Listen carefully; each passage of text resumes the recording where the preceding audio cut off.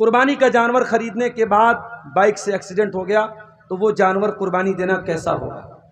دیکھیے، خریدنے کے بعد اگر جانور کے اندر کوئی کمی آ جائے اور وہ کمی یا وہ عیب آپ کی کسی کوتاہی کی وجہ سے، یعنی جان بوجھ کر کے آپ کی طرف سے کوئی غلطی نہیں ہوئی ہے اور کوئی عیب آ گیا، بیمار ہو گیا یا زخمی ہو گیا، تو اس جانور کی قربانی میں کوئی حرج کی بات نہیں ہے۔ لیکن اگر آپ کی کمی کی وجہ سے، آپ کی غلطی سے جانور کو چوٹ لگ گئی، تو پھر اگر دوسرا جانور کرنے کی طاقت ہے تو آپ دوسرا جانور کر لیجیے، اور دوسرا جانور کرنے کی طاقت نہیں ہے تو مجبوری میں آپ اسی جانور کی قربانی کر دیجئے۔ انشاءاللہ آپ کی نیت کے مطابق اللہ تعالیٰ اجر و ثواب دے گا۔ لیکن بہرحال خریدنے کے بعد اگر کوئی عیب پیدا ہوتا ہے تو انشاءاللہ جب آپ نے خریدا تھا صحیح سالم تھا تو اس جانور کی قربانی کر سکتے ہیں، اس میں انشاءاللہ کوئی حرج کی بات نہیں ہے۔ قربانی کا جانور ہم خریدتے ہیں اور بڑے جذبے کے ساتھ ہم یہ کوشش کرتے ہیں کہ ہماری قربانی کے جانور میں کوئی عیب نہ ہو۔ ہر سال جب بقرعید کا تہوار آتا ہے میرے واٹس ایپ پر روزانہ 2-4 بکروں کی تصویریں آ جاتی ہیں، مولوی صاحب اس کا کان کٹا ہے، قربانی ہوگی کہ نہیں، اس کی سینگ ٹوٹی ہے، قربانی ہوگی کہ نہیں، اس کی پونچھ کٹی ہے، قربانی ہوگی نہیں۔ ہر سال یہ مسئلے اور یہ سوالات ہمارے سامنے آتے ہیں۔ میں ان سوالوں سے ناراض نہیں ہوتا ہوں، یہ سوال اس بات کی دلیل ہے کہ امت کو چنتا ہے، امت کو فکر ہے کہ ہم قربانی کر رہے ہیں، ہماری قربانی بے عیب ہو، ہماری قربانی میں کوئی داغ نہ ہو، ہماری قربانی میں کوئی کمی نہ ہو۔ لیکن کبھی آپ نے غور کیا، یہ قربانی جو ہم کرتے ہیں، جس پیغمبر کی سنت کو زندہ کرتے ہیں، جس نبی کی سنت کو ہم زندہ کرتے ہیں قربانی کر کے، ان کا نام ابراہیم علیہ السلام ہے۔ کیا کبھی آپ نے غور کیا کہ ابراہیم کون تھے اور ایسی کیا خاص بات تھی ان کے اندر کہ ہزاروں سال پہلے انہوں نے قربانی کی اور اللہ تعالیٰ نے قیامت تک آنے والے مسلمانوں کے لیے ان کی قربانی کو زندہ کر دیا؟ کیا آپ نے کبھی غور کیا ابراہیم کے اندر ایسی کیا خاص بات تھی؟ دنیا میں لاکھوں مسجدیں بنائی گئی، لیکن ابراہیم نے جو مسجد بنائی تھی، جو خانہ کعبہ بنایا تھا، اور جس خانہ کعبہ کو بنانے کے ٹائم ابراہیم اپنے بیٹے اسماعیل کے ساتھ مستری کا کام کر رہے تھے۔ باپ مستری کا کام کر رہا تھا، بیٹا لیبر کا کام کر رہا تھا، اور اللہ تعالیٰ نے قرآن میں باپ بیٹے کا نقشہ کھینچا ہے، وَإِذْ يَرْفَعُ إِبْرَاهِيمُ الْقَوَاعِدَ مِنَ الْبَيْتِ وَإِسْمَاعِيلُ رَبَّنَا تَقَبَّلْ مِنَّا إِنَّكَ أَنْتَ السَّمِيعُ الْعَلِيمُ۔ یاد کرو جب ابراہیم خانہ کعبہ کو بنا رہے تھے اور ان کا بیٹا اسماعیل بھی اپنے باپ کا ساتھ دے رہا تھا، دونوں باپ بیٹے روئے زمین پر اللہ کی عبادت کا پہلا گھر بنا رہے تھے، خانہ کعبہ بنا رہے تھے، لیکن ان کے دل میں کوئی گھمنڈ نہیں تھا، ان کے سینے میں کوئی فخر نہیں تھا، ان کی زبان پر کوئی بڑائی نہیں تھی۔ دونوں خانہ کعبہ بنا رہے تھے اور کیا کہہ رہے تھے؟ ربنا تقبل منا انک انت السمیع العلیم۔ اے اللہ ہمارے اس عمل کو تو قبول فرما لے، تو دلوں کا حال جاننے والا، تو سب کی دعاؤں کو سننے والا ہے۔ اے اللہ ہماری اس نیکی کو تو قبول فرما لے۔ ابراہیم نے خانہ کعبہ بنایا اور آج دنیا کے لاکھوں مسلمان کروڑوں خرچ کر کے وہاں پہنچتے ہیں اور اس خانہ کعبہ کا طواف کرتے ہیں، اور ابراہیم کی بیوی ہاجرہ نے جس صفا اور مروہ کا چکر لگایا تھا وہاں کا چکر لگاتے ہیں، اور جو زمزم اسماعیل جب پیاسے تھے ان کی پیاس کو بجھانے کے لیے اللہ تعالیٰ نے جو پانی بھیجا تھا زمزم کا پانی، آج دنیا کے لاکھوں مسلمان مکے میں جاتے ہیں اور زمزم پیتے ہیں اور گھر بھی لے کے آتے ہیں۔ کوئی مرنے لگتا ہے اس کو زمزم پلاتے ہیں، کوئی بیمار ہوتا ہے اس کو زمزم پلاتے ہیں۔ میرے پیارے ساتھیوں، ایسی کیا خاص بات تھی ابراہیم کے اندر؟ آج کی تقریر میں ہم جاننے کی کوشش کریں گے ابراہیم کے اندر ایسی کیا کوالٹی تھی، ایسی کیا وشیشتا تھی، ایسی کیا خوبی تھی کہ اللہ تعالیٰ نے ابراہیم کو یہ درجہ دیا تھا۔ قرآن کریم کو اٹھائیے، قرآن کا 14واں پارہ، اللہ تبارک و تعالی ابراہیم علیہ السلام کا انٹروڈکشن کراتا ہے، ان کا تعارف کراتا ہے 2 آیتوں کے اندر۔ ان ابراہیم کان امتا قانتا للہ حنیفا، ابراہیم اکیلے ایک امت کے برابر تھے۔ او لوگو، او قصبہ پورنیہ کے میرے مسلم بھائیوں، او بہار کی سرزمین سے تعلق رکھنے والے میرے بھائیوں، ابھی مولانا جو بنگال سے آئے ہیں ہمارے بعد، جن کا خطاب ہونے والا ہے حضرت علی صاحب، بنگال کے حالات بتانے لگے کہ بنگال کے حالات تبدیل ہو گئے۔ آج اتنی بڑی کمیونٹی، اتنی بڑی قوم ہے ہندوستان کے اندر، لیکن ذرا سے ہم کو شکایت ہوتی ہے کہ حالات بدل گئے، حکومت بدل گئی تو حالات بدل گئے۔ غور کرو میرے پیارے ساتھیوں، ابراہیم اکیلے تھے پوری قوم کے مقابلے میں۔ پوری قوم بتوں کی عبادت کرتی تھی، پوری قوم شرک کرتی تھی، پوری قوم اللہ تعالیٰ کا انکار کرتی تھی۔ ابراہیم اکیلے اللہ کی توحید پر چلتے تھے۔ باپ بھی ان کے خلاف، خاندان بھی ان کے خلاف، گاؤں والے بھی ان کے خلاف، بستی والے بھی ان کے خلاف۔ اللہ نے فرمایا ان ابراہیم کان امتن، او لوگو ابراہیم اکیلے ایک امت کے برابر تھے، ایک کمیونٹی کے برابر تھے، ایک سماج کے برابر تھے۔ پتہ یہ چلا آپ کی تعداد اللہ تعالیٰ کیا میٹر نہیں کرتی، آپ کی سنکھیا اور آپ کا بہت زیادہ ہو جانا اللہ کیا یہ میٹر نہیں کرتا، آپ کا ایمان کتنا پکا ہے، آپ کی توحید کتنی پکی ہے، آپ کو اللہ تعالیٰ سے کتنی محبت ہے، اللہ تعالیٰ کیا یہ میٹر کرتا ہے۔ اللہ فرماتا ہے ان ابراہیم کان امتن، ابراہیم اکیلے امت کے برابر تھے، قانتا للہ، اور ابراہیم اللہ تعالیٰ کے فرما بردار تھے۔ عبدالغفار صاحب، اللہ کے فرما بردار تو ہم بھی ہیں۔ کیسے ہیں؟ 20-20 ہزار کا، 40-40 ہزار کا جانور لاتے ہیں، بقرعید کا تہوار آتا ہے ذبح کر دیتے ہیں، 5-5 لاکھ روپے خرچ کر کے حج کرتے ہیں، رمضان کا مہینہ آتا ہے روزہ رکھتے ہیں، راتوں میں تراویح پڑھتے ہیں۔ ہم بھی تو اللہ کے فرما بردار ہیں۔ اللہ نے فرمایا نہیں میرے بندو، تمہاری فرما برداری الگ ہے اور ابراہیم کی فرما برداری الگ ہے۔ ان ابراہیم کان امتن قانتا للہ، ابراہیم اللہ کے ایسے فرما بردار تھے کہ باپ دشمن بن گیا تب بھی اللہ کے فرما بردار، قوم کے لوگوں نے گاؤں سے نکال دیا تب بھی اللہ کے فرما بردار، آگ میں ڈال دیا تب بھی اللہ کے فرما بردار، بڑھاپے میں اللہ نے اولاد کی نعمت سے آزمایا تب بھی اللہ کے فرما بردار، اولاد ملی تب بھی اللہ کے فرما بردار، اولاد کو مکہ میں چھوڑنے کا حکم دیا گیا تب بھی اللہ کے فرما بردار، بیٹا جوان ہوا اللہ نے ذبح کرنے کا حکم دے دیا تب بھی اللہ کا فرما بردار۔ ان ابراہیم کان امتن قانتا للہ، ابراہیم ہر حال میں اللہ کا فرما بردار تھا۔ ابراہیم پریشانی میں بھی اللہ کا فرما بردار، آسانی میں بھی اللہ کا فرما بردار، تکلیف میں بھی اللہ کا فرما بردار، اور راحت میں بھی اللہ کا فرما بردار۔ ابراہیم ہر حال میں اللہ کا فرما بردار۔ ہمارا معاملہ ویسا نہیں ہے میرے ساتھ۔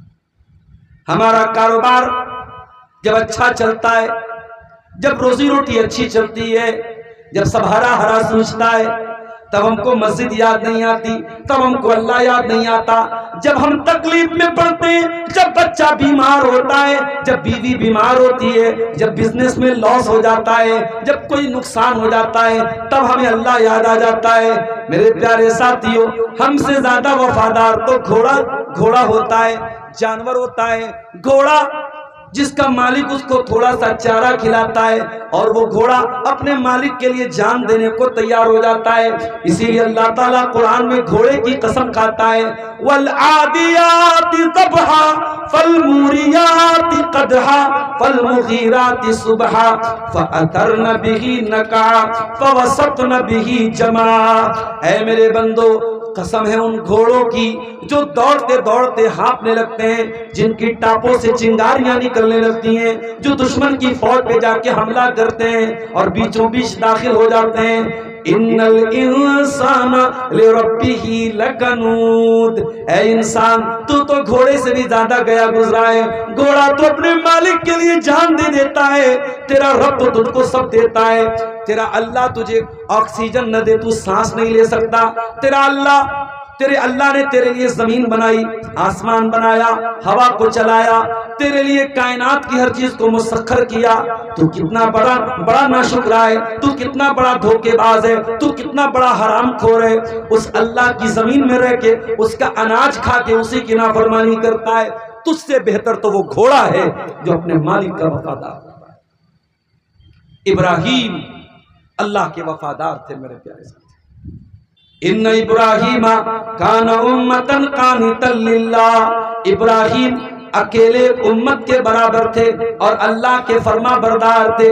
حنیفا، اور ابراہیم حنیف تھے۔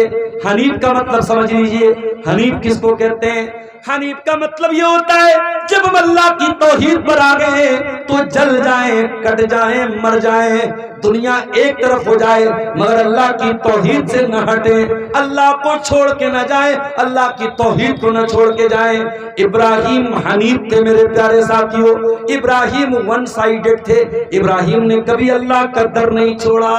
او مسلمانوں، تمہارے اوپر ذرا سی مصیبت آتی ہے تم تو قبروں پہ جا کے سجدہ کرنے لگتے ہو، تم تو مزاروں پہ جانے لگتے ہو، تم تو پیروں کے پاس جانے لگتے ہو، تم تو لال کالے پیلے دھاگے پہننے لگتے ہو۔ مسلمانوں، تمہاری توحید تو پل بھر میں برباد ہو جاتی ہے۔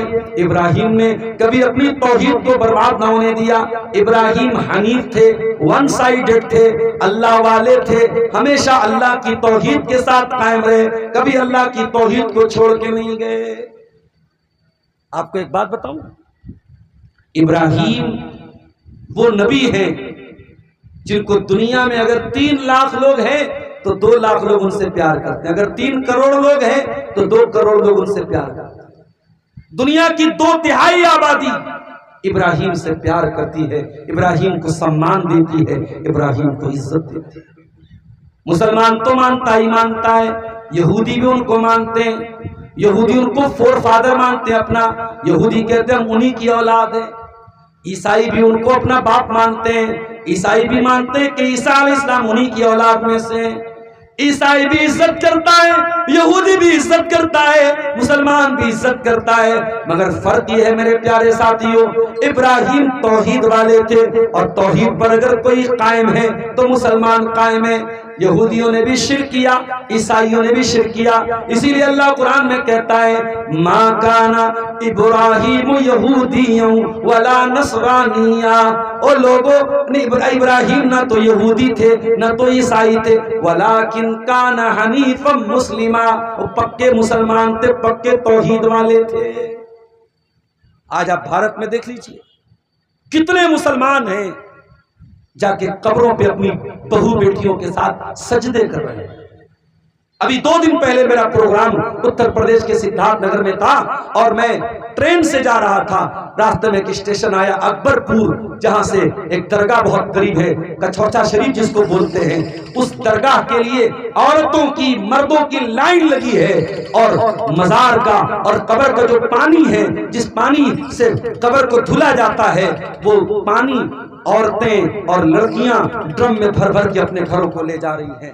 میرے پیارے ساتھیوں، ہمیں دوسروں سے کیا شکوا کریں، ہم غیر مسلموں سے کیا شکوا کریں۔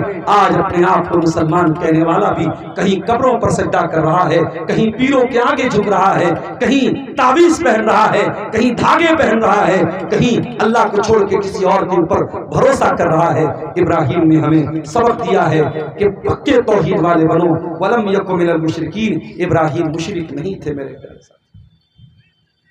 ابراہیم کیسے تھے؟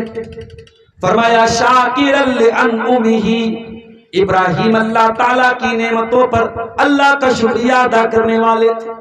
اے اللہ، ابراہیم تو ہمیشہ آزمائیں گے، ابراہیم نے تو صبر کیا اور تو کہہ رہا ہے کہ ابراہیم شکر کرنے والے تھے۔ پتہ یہ چلا صبر کرنا آسان کام ہے، شکر کرنا مشکل کام ہے۔ آپ سے میں نے پوچھا بھائی صاحب کیا حال ہے؟ آپ نے کہا الحمدللہ، اللہ کا شکر ہے۔ زبان سے تو آپ نے اللہ کا شکر ادا کیا، لیکن میرے جانے کے بعد آپ نے کہا ارے یار بڑی پریشانی ہے، کاروبار میں بڑا مندا چل رہا ہے، کھیتی میں پیداوار بہت کم ہوئی ہے۔ او لوگوں، جب آپ کو یہ لگے کہ آپ بڑی پریشانی میں ہیں، کبھی اسپتالوں کا چکر جا کے لگا لیجئے، کبھی پٹنہ کے کینسر ہاسپٹل میں چلے جائیے، کبھی کٹیہار کے میڈیکل ہاسپٹل میں چلے جائیے، آپ کی آنکھیں کھلی کی کھلی رہ جائیں گی۔ اتنے مریض پڑے ہیں دنیا میں، اتنے بیمار پڑے ہیں دنیا میں، اتنی تکلیفوں میں لوگ دنیا میں کہ آپ تصور نہیں کر سکتے، آپ سوچ نہیں سکتے میرے ساتھی۔ ابھی اڑیسہ کا ایک واقعہ میڈیا میں آیا، دنیا نے تھو تھو کی کہ آج بھی انڈیا کے اندر ایسا ہو رہا ہے۔ جیتو منڈے نام کا ایک آدمی جس کی بہن کا انتقال ہو گیا، اور بہن کا بینک میں اکاؤنٹ تھا، 17-18 ہزار روپے بہن کے اکاؤنٹ میں تھے۔ جیتو منڈے اپنی بہن کا پیسہ لینے کے لیے بینک جاتا ہے اور کہتا ہے میری بہن کا انتقال ہو گیا ہے اور میری بہن کا اکلوتا وارث میں ہوں۔ اے بینک والوں، اپنی بہن کا اکلوتا وارث میں ہوں، میری بہن کا پیسہ مجھے ٹرانسفر کیا جائے، مجھے دیا جائے۔ بینک والوں نے کہا ہم کیسے مان لیں آپ کی بہن مر گئی؟ آپ کو ڈیتھ سرٹیفکیٹ لانا پڑے گا، آپ کو مرتیو پرمان پتر لانا پڑے گا، آپ کو اس بات کا ثبوت لانا پڑے گا کہ آپ کی بہن کا انتقال ہو گیا ہے۔ جیتو منڈے غریب آدمی تھا، ان پڑھ آدمی تھا، اسے کیا معلوم کہ مرتیو پرمان پتر کہاں بنتا ہے۔ وہ بہت ہاتھ جوڑ کے اپیل کرتا رہا بینک والوں سے، بینک والے ٹس سے مس نہ ہوئے۔ 17-18 ہزار روپے کا اماؤنٹ تھا، چھوٹا اماؤنٹ تھا میرے ساتھیوں، اس غریب کے لیے بہت بڑی رقم تھی۔ وہ بیچارہ تھک ہار کے جاتا ہے اور جہاں پر اس نے اپنی بہن کو دفنایا تھا، اپنی بہن کی قبر کھودتا ہے۔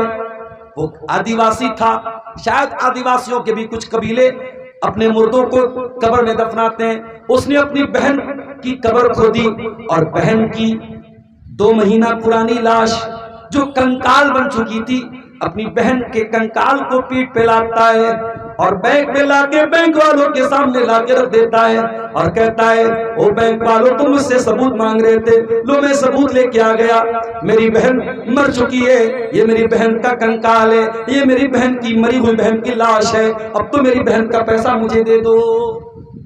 انسان یہاں پہنچ چکا ہے میرے پیارے ساتھ۔ آپ کو یہ لگتا ہے کہ آپ بہت پریشان ہیں، میرے پیارے ساتھیوں آپ سے بھی زیادہ پریشان دنیا میں لوگ موجود ہیں۔ کوئی لڑکی ہے، کوئی عورت ہے، اسے لگتا ہے کہ میں سانولی کیوں ہوں، میں خوبصورت کیوں نہیں ہوں، میں بہت گوری چٹی کیوں نہیں ہوں۔ ارے میری بہن، تجھے اپنے رنگ کی چنتا پڑی ہے، دنیا میں لاکھوں عورتیں ایسی ہیں جن کی عزت محفوظ نہیں ہے، جن کے شوہر کے پاس اتنی کمائی نہیں ہے کہ وہ ایک گھر بنا کر کے اپنی عورت کو عزت کے ساتھ 4 دیواری کے اندر چھت کے نیچے رکھ سکیں۔ ان کی بیوی، ان کی عورت کھلے آسمان کے نیچے، راستوں کے اوپر، چوراہوں کے اوپر، فٹ پاتھوں کے اوپر رات گزارتی ہے۔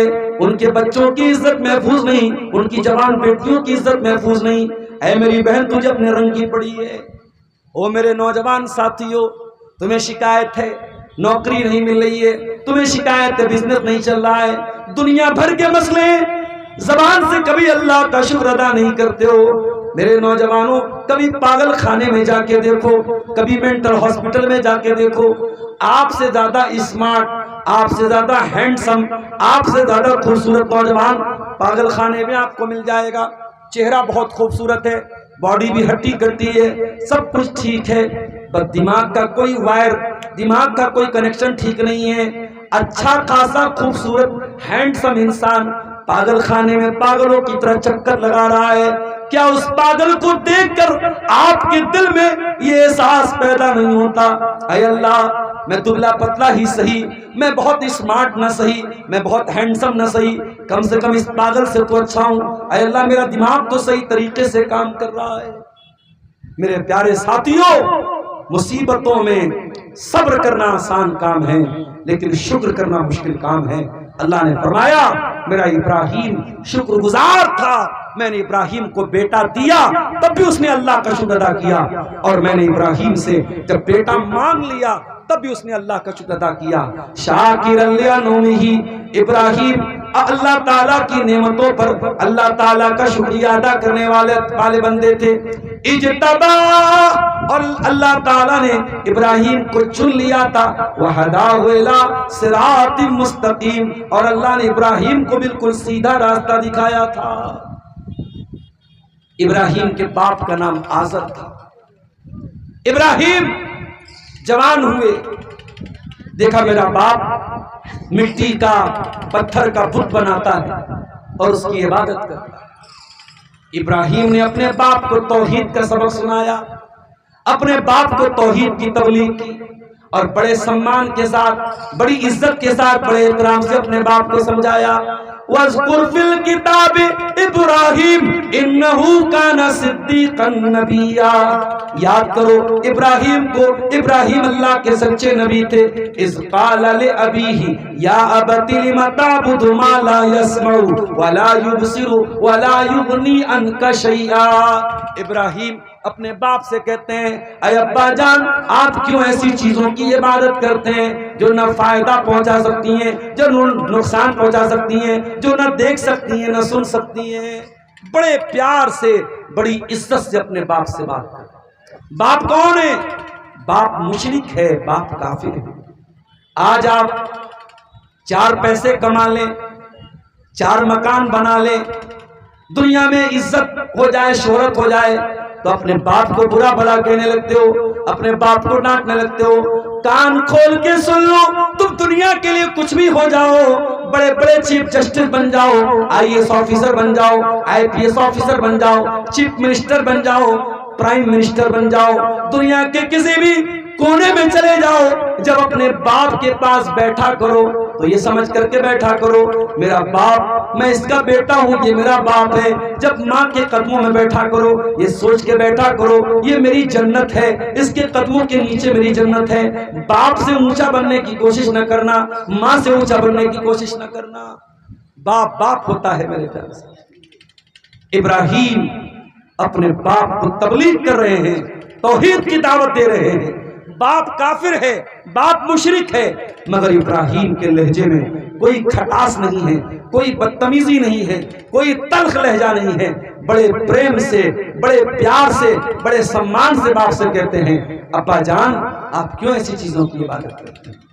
یا ابت انی قد جاءنی من العلم ما لم یاتک، اے ابا جان آپ کے پاس وہ علم نہیں آیا جو میرے پاس آیا، فاتبعنی اہدک صراطا سویا، ابا جان آپ میری پیروی کیجئے، میں آپ کو سیدھے راستے پہ لے کے چلوں گا۔ یا ابت لا تعبد الشیطان، اے ابا جان شیطان کی پوجا نہ کرنا، شیطان کی عبادت نہ کرنا، انہ کان للرحمن عصیا، ابا جان شیطان اللہ تعالیٰ کا بہت بڑا نافرمان ہے۔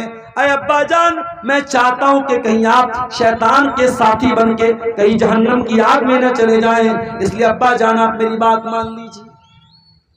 پتہ یہ چلا کہ توحید کا مطلب بدتمیزی نہیں ہوتا ہے۔ آج آپ کٹیہار اور پورنیہ اور سیمانچل کے جس بیلٹ سے آپ کا تعلق ہے، آپ سے قریب میں آپ کو ایسے لوگ بھی ملیں گے۔ اسی ارریا میں آپ چلے جائیں، بہت بڑی تعداد آپ کو ایسی ملے گی جو اہل حدیث نہیں ہیں، جو توحید سے دور ہیں، جو قبروں پہ سجدہ کرنے والے ہیں، شرک کرنے والے ہیں۔ بارسوئی چلے جائیں، ارریا چلے جائیں، کشن گنج چلے جائیں، ایک بڑی تعداد آپ کو ایسی ملے گی۔ میرے پیارے ساتھیوں، آپ کو اللہ نے توحید کی نعمت سے نوازا ہے، آپ شرک نہیں کرتے، آپ قبروں پر سجدہ نہیں کرتے، اس کا مطلب یہ نہیں کہ آپ کا اخلاق خراب ہو جائے۔ آپ کو اگر کبھی موقع ملے اپنے کسی مسلمان بھائی کو توحید کو سمجھانے کا، دعوت دینے کا، تو آپ کا انداز اتنا ہی پیارا ہونا چاہیے، اتنا ہی میٹھا ہونا چاہیے جو انداز حضرت ابراہیم علیہ السلام کا تھا۔ انہوں نے توحید کی دعوت دی، مگر پورے سمان کے ساتھ اور پوری عزت کے ساتھ اپنے باپ کی عزت کا بھی خیال رکھا، اپنے باپ کے سمان کا بھی خیال رکھا، اور اپنے باپ کو توحید کی دعوت دی۔ لیکن ابراہیم کا باپ بڑا ضدی تھا،